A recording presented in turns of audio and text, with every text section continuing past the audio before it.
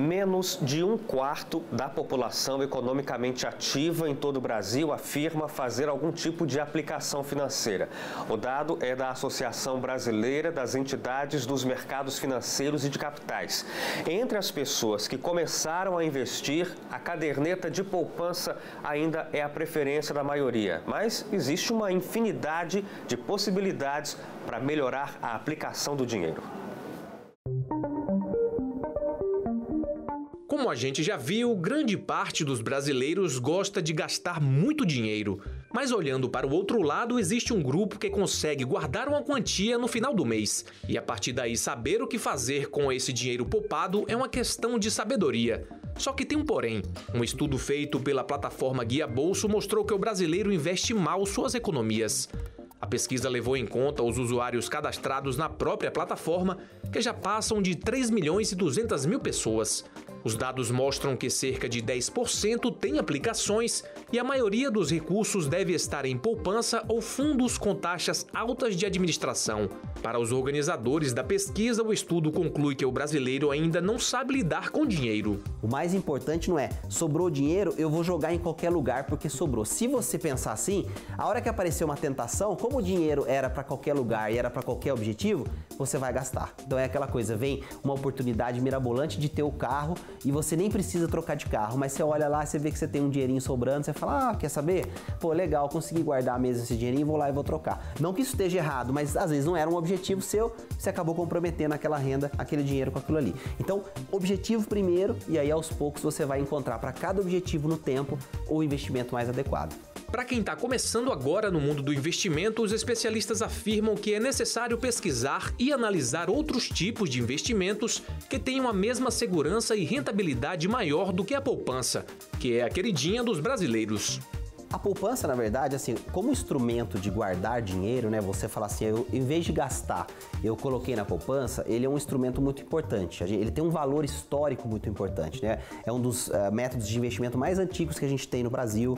Enfim, tem aquela coisa, né? Aquela aura de passar de neto para filho, de neto para, né? Ou melhor, de avô para filho, de avô para neto, aquela característica de você passar adiante um investimento. Então, eu não acho que a gente precise necessariamente dizer que a poupança é um investimento ruim. A questão importante para quem está ouvindo a gente, está assistindo e se preocupando com isso, é que a rentabilidade da poupança é muito mais baixa do que outras alternativas que são igualmente conservadoras. Então não é que está errado investir na poupança, é melhor botar lá do que gastar com uma coisa que é bobeira. Mas você pode ter um retorno melhor em outras aplicações e outros investimentos. Por quê? Desde 2012 existe uma regra que diz que a poupança vai render 70% da Selic quando a Selic estiver em 8,5% ou menos.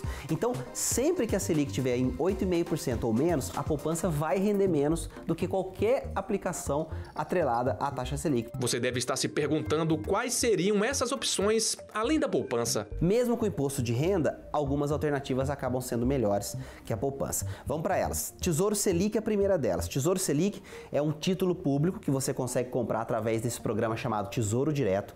Não tem complicação, é muito simples. Você vai ter o cadastro numa corretora, que pode ser a corretora do seu banco de varejo, pode ser uma corretora independente que tem taxas melhores. Você vai comprar e vender seu título diretamente, sem nenhum problema.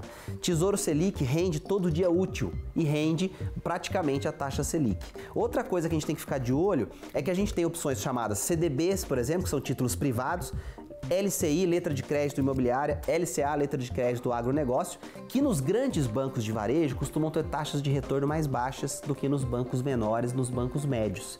E o que nem se fala muito para as pessoas é que esses investimentos têm a garantia de um órgão chamado Fundo Garantidor de Crédito, que você pode investir até R$250 mil por CPF por instituição, até um limite de 1 milhão, quer dizer, você poderia ter aí 4 instituições diferentes com o seu CPF investindo até R$250 mil em cada uma, que se você tiver um problema, esse banco quebrar, por exemplo, ou for liquidado pelo Banco Central, você vai receber o dinheiro que você tinha lá investido até esse limite de R$250 mil. Ou seja, para a maioria dos investidores pequenos que estão assistindo a gente, que querem fazer seus primeiros investimentos, por que não colocar o dinheiro num CDB que paga 120%, por exemplo, do CDI, que está num banco menor, num banco médio, do que colocar num bancão grande de varejo que está pagando 80%, 90% do CDI. A taxa Selic a qual a gente está se referindo nada mais é do que a média de juros que o governo brasileiro brasileiro paga por empréstimos tomados dos bancos. Em termos práticos, quando a Selic aumenta, os bancos preferem emprestar ao governo porque paga bem.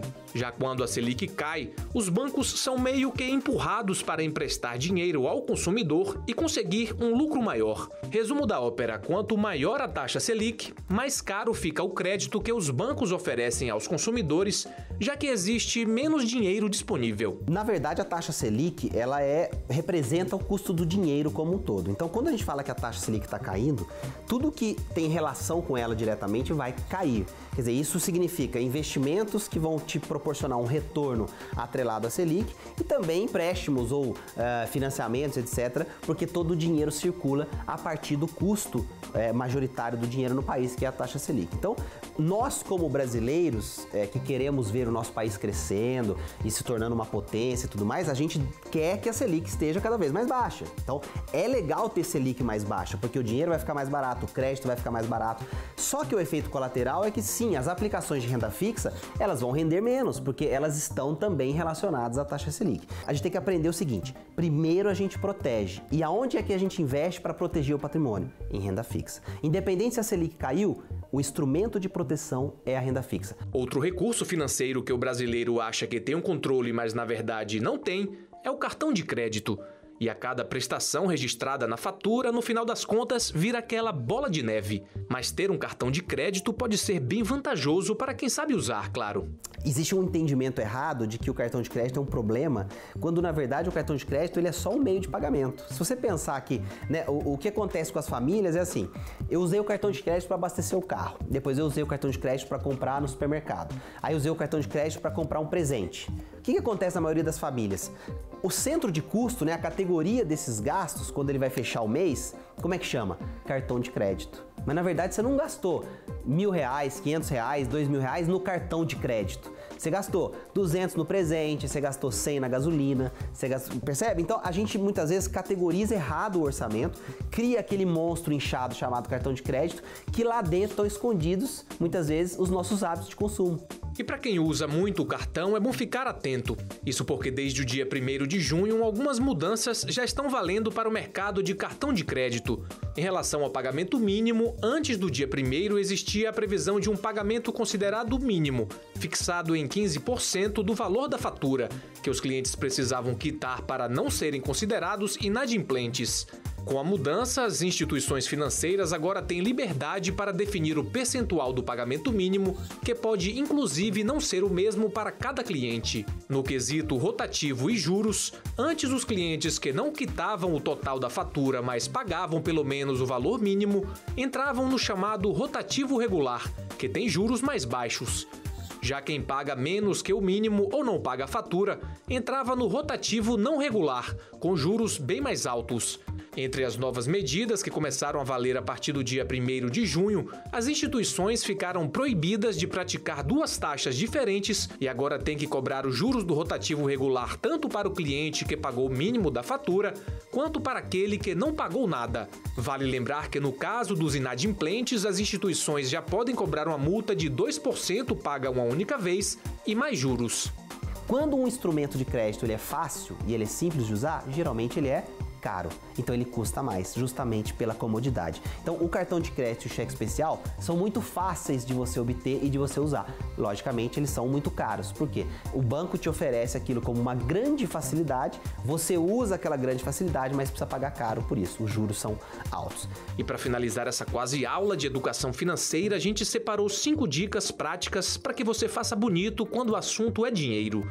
Então vamos lá, dica número 1. Primeira coisa, tem que fazer um orçamento doméstico bem feitinho, né? O que é fazer um orçamento doméstico bem feitinho? Não tem mistério, não é usar uma planilha complicada, experimentar 25 aplicativos diferentes, não. Quanto ganha, quanto gasta. Registrar isso durante 30, 60 dias para ter uma imagem, uma fotografia do que está acontecendo com a sua vida. Dica número 2. A segunda dica legal, que eu acho que não tem como a primeira e as demais funcionarem sem ela, é que você não é alguém sozinho dentro da sua estrutura familiar. Então, não adianta o marido querer fazer o controle financeiro e a esposa tá correndo pro outro lado, ou vice-versa, né? A esposa querendo tomar a frente das contas da casa e o marido simplesmente não ligando para aquele assunto. Então, a segunda sugestão que eu sempre dou é que esse trabalho tem que ser feito em equipe. Dica número 3. A gente não pode esperar sobrar. Sabe aquela coisa de, eu tô vivendo com o meu orçamento mais ou menos no limite, mas tem sempre algo a mais que pode aparecer, uma rendinha extra que vai entrar, e a gente fica naquela coisa de, quando eu receber tanto por mês, aí eu vou me preocupar com o controle financeiro. Quando eu estiver ganhando tanto, aí eu começo a investir. Quer dizer, aí a gente vai empurrando essa barra e ela nunca chega na hora que a gente deveria fazer. Quer dizer, quando eu ganhar tanto, quando meu marido arrumar um emprego, quando não sei o que, meu filho sair de casa, cada hora a gente fica criando uma nova desculpa, uma nova justificativa para começar a fazer o controle ou para começar a investir. Então, se você esperar sobrar, sinto muito, não vai sobrar. Se você esperar a hora certa para começar, você não vai começar nunca. Dica número 4. Evite o endividamento. Prefira pagar à vista, prefira fazer um planejamento para você juntar o dinheiro e aí chegar lá e pagar com desconto. Navarro, mas eu vou comprar no cartão e o cara não me dá desconto de jeito nenhum. Pesquisa. Às vezes você vai encontrar uma outra loja que se você pagar à vista dá desconto. Você vai encontrar às vezes na internet uma loja que no boleto vai te dar 5% de desconto. Mas peraí, 5% é muito pouco. Como que é muito pouco? Se a nossa Selic está perto de 6, 6,5%, como é que você vai falar que um desconto de 5% é pouco? Quer dizer, a gente está falando de uma taxa anual de juro de 6, 6,5%, de um desconto de 5% ser pouco? Nada disso, é um belo de um desconto. Mas eu não tenho dinheiro para comprar à vista com desconto. Planeja, economiza um pouquinho, guarda para você chegar lá e comprar e não ficar se endividando, pagando esses juros altíssimos. E a quinta e última dica. Invista. Tenho só R$30, não consigo fazer um investimento ainda numa corretora, não consigo fazer um investimento num banco ainda que seja mais interessante. Você tem a poupança que você pode jogar esse dinheiro ali até você juntar um pouquinho mais, ir para o Tesouro Direto, ir para um CDB, ir para uma LCI, para uma LCA. Não tem desculpa para não começar a investir, para não começar a economizar, pensando, de novo, nos objetivos lá na frente. Não é economizar por economizar, guardar por guardar. É guardar para você criar um hábito, para você realizar um objetivo lá na frente. O Realidade em Pauta de hoje fica por aqui e a gente se encontra no próximo programa. Uma boa noite para você e até lá.